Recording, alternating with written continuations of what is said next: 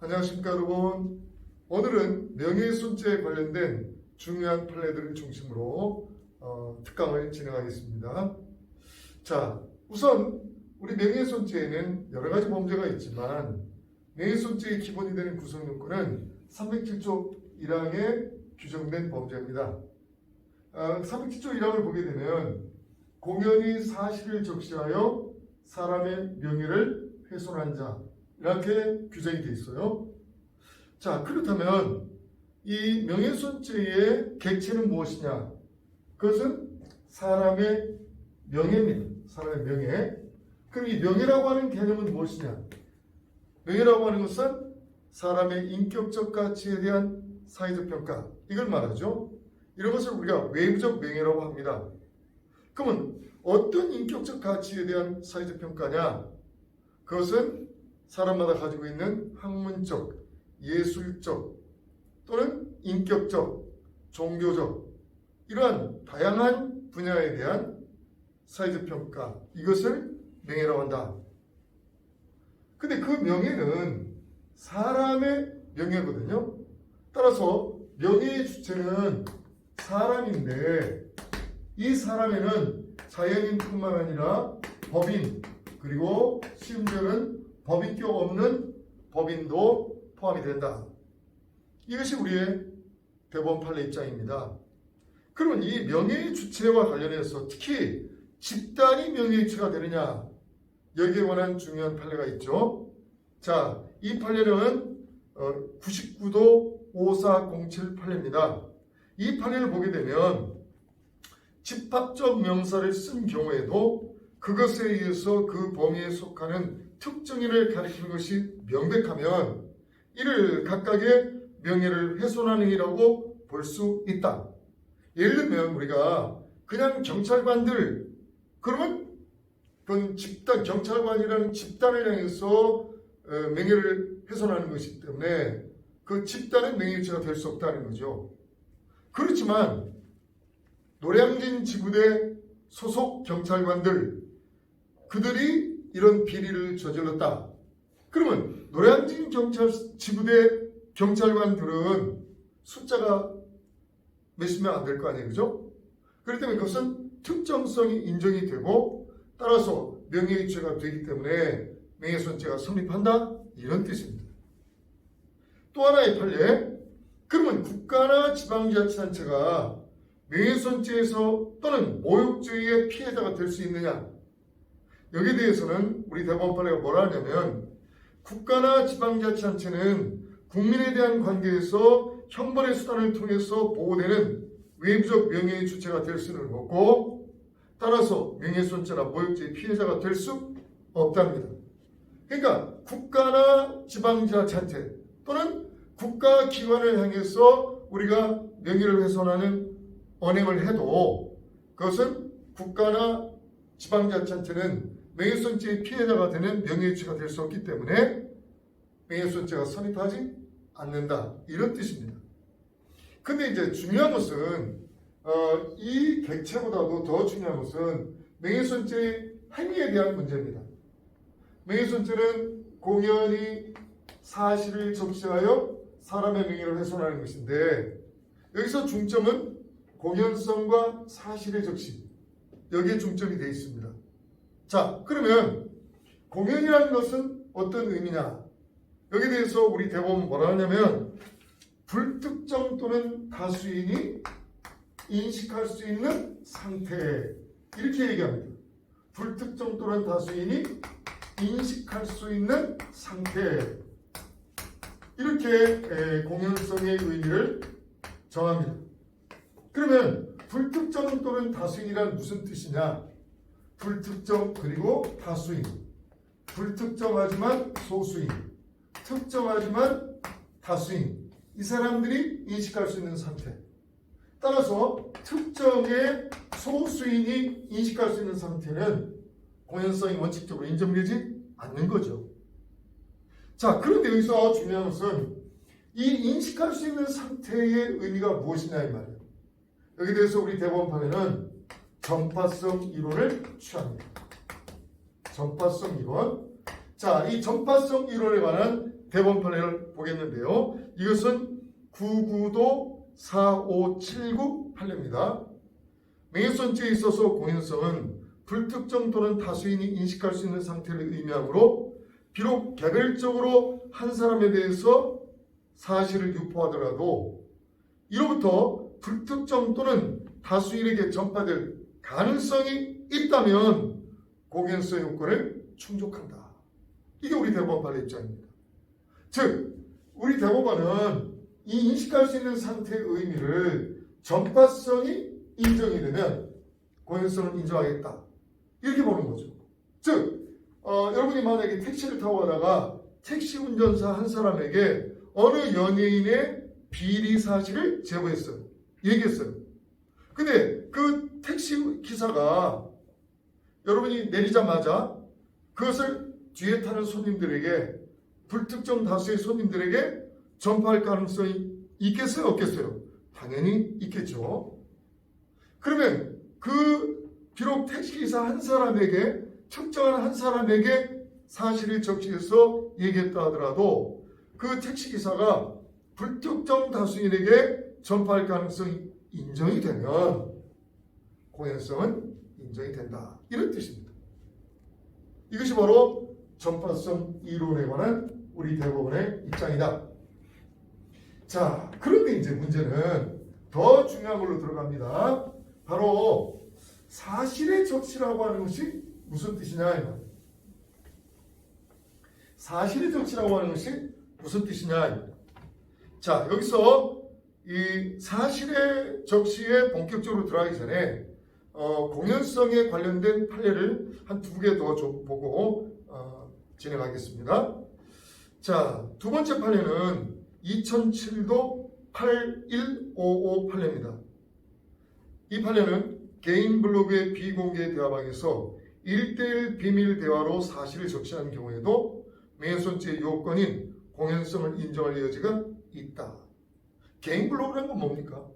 개인 블로그는 개인이 설치한 블로그 아니에요? 거기에 비밀 대화방, 1:1로 주고받는 비밀 대화방에서 사실을 적시했다 하더라도 또 그 상대방으로부터 비밀을 지키겠다는 말을 듣고 사실을 적시했다 하더라도 그 들은 사람이 불특정 다수에게 접할 가능성이 있다는 거예요. 그래서 공연성이 인정이 된다. 그런가 하면 또 공연성을 부정한 판례 중에 또 중요한 판례가 있습니다.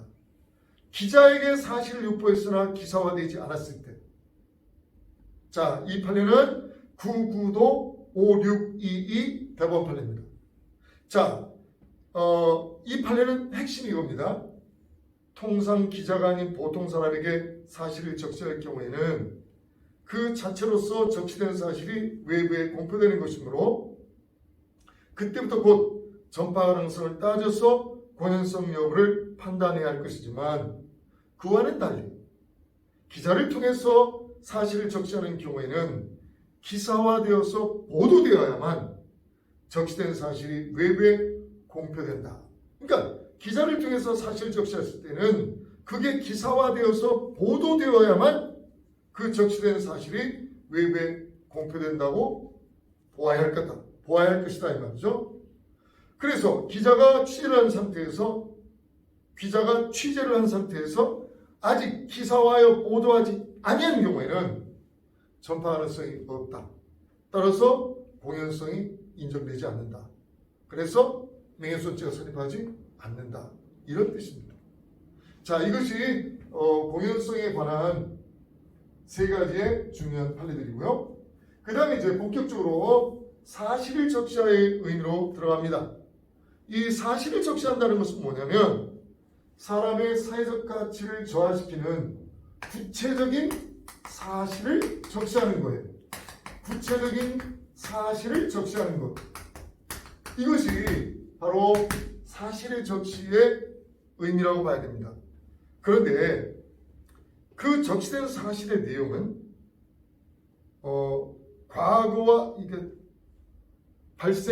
이미 발생하고 증명할 수 있는 과거와 현재의 상태를 말하지만 다만 그것이 장래의 사실도 현재 사실에 대한 주장을 포함할 때에는 이 사실에 포함이 된다.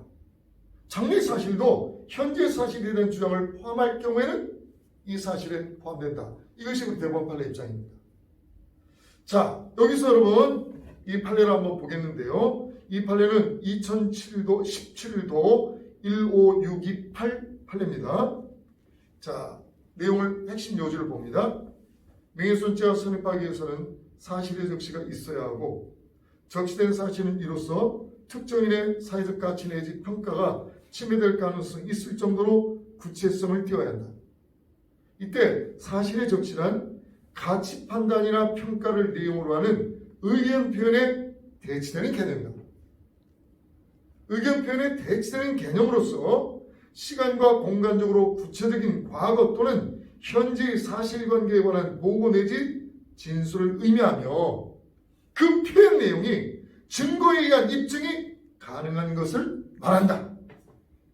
그 표현 내용이 증거에 의해서 입증이 될 수 있는, 말하자면 이 사실에 대해서는 뭐라고 되어 있냐면 이것은 가치 판단이나 의견 표현에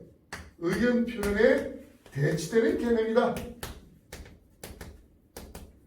가치 판단이나 의견 표현과 이 사실이라는 것은 서로 대치되는 개념이다 말이에요. 한마디로 이 사실이라는 것은 팩트를 말해요. 팩트. 이 팩트를 말해요. 팩트. 가치 판단이나 의견 표현이 아닌 팩트. 사실 그 자체를 말한다. 그리고 그 사실은 그 표현 내용이 증거에 의해서 입증이 가능한 것이야 한다. 그러면서 뭐라고 그러냐면 두 번째 요지입니다. 민사재판에서 법원은 당사자 사이에 다툼이 있는 사실관계에 대하여 처분권주의와 변론주의 그리고 자의심증주의 원칙에 따라 신빙성이 있다고 보이는 당사자의 주장과 증거를 받아들여 사실을 인정하는 것이어서 민사 판결의 사실 인정이 항상 진실한 사실에 해당한다고 단정할 수는 없다.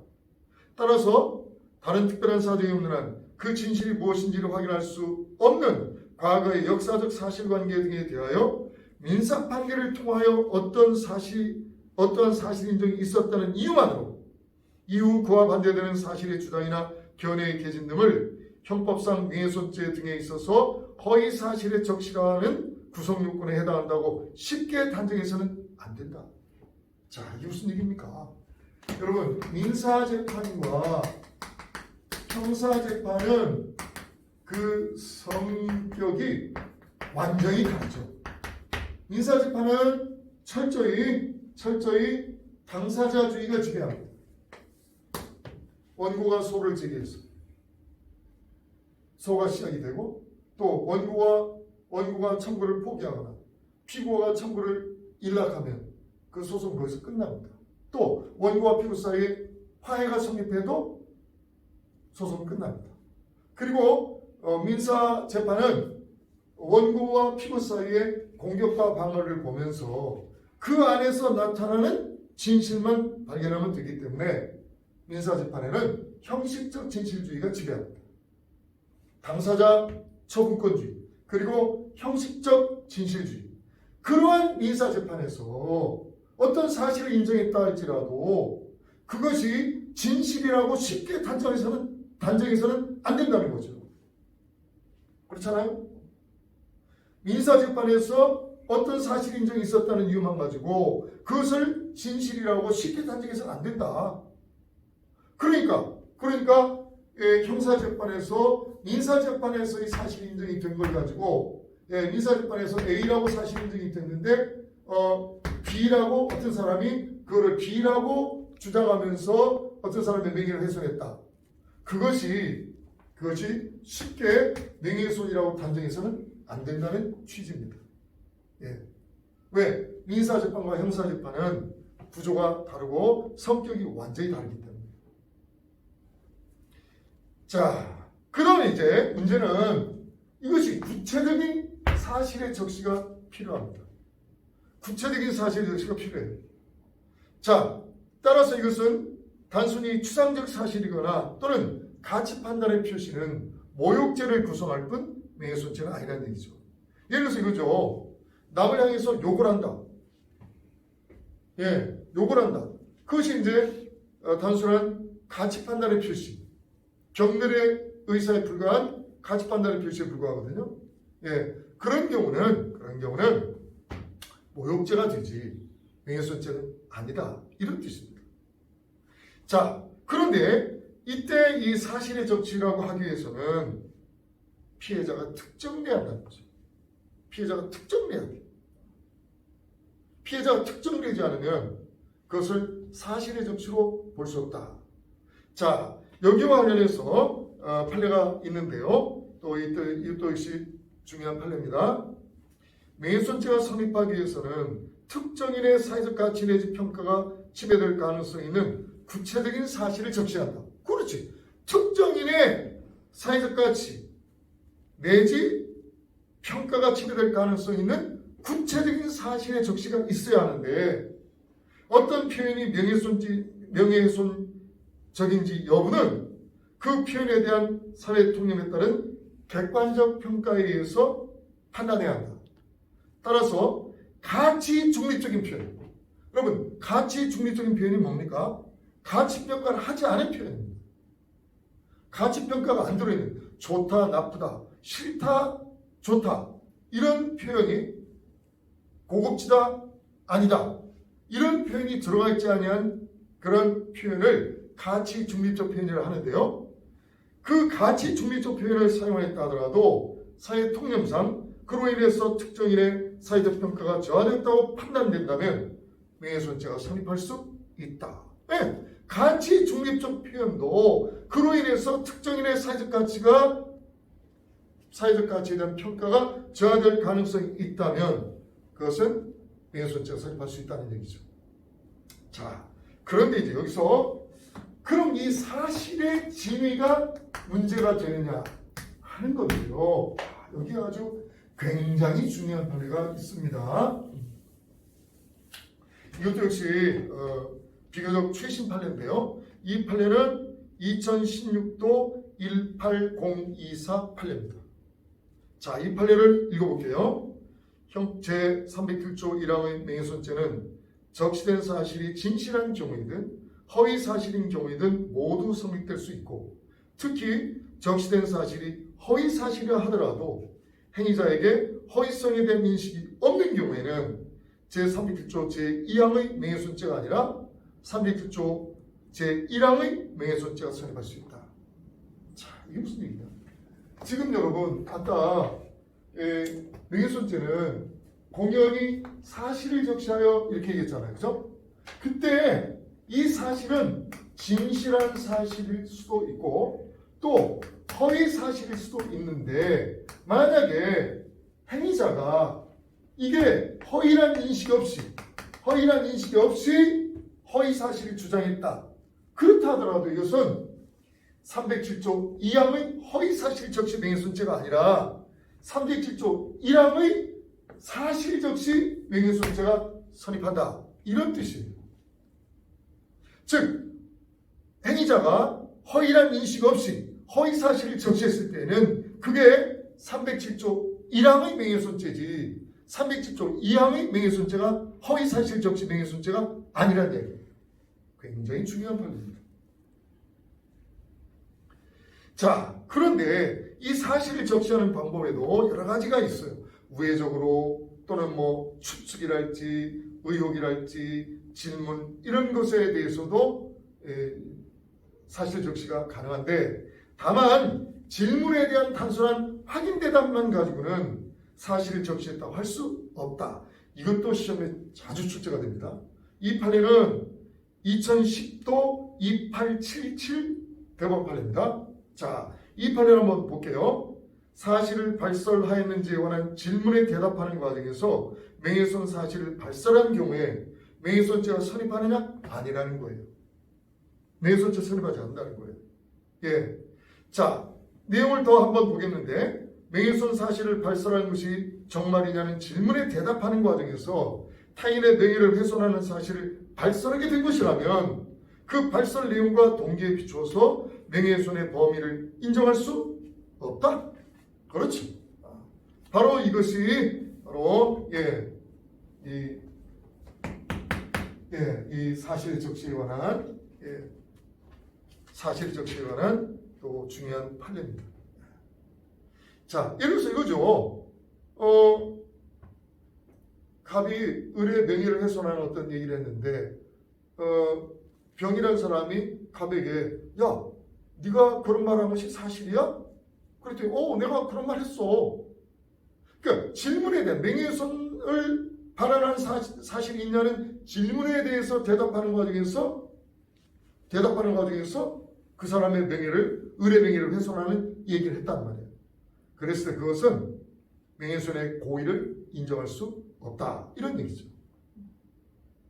자, 이것이 바로 명예훼손죄에 관한 중요한 판례들인데요. 자, 여러분 명예훼손죄에 관해서 여러 가지 중요한 판례들을 중심으로 오늘 공부를 했는데 명예훼손죄는 2년에 한 번은 출제가 되는 굉장히 중요한 주제입니다. 법원이든 검찰이든요.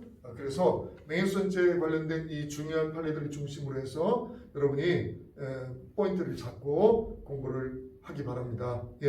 명예훼손죄도 굉장히 중요한 범죄다. 2년에 한 번은 출제가 된다. 그렇죠? 그러면 또 다음 특강 시간까지 여러분 안녕.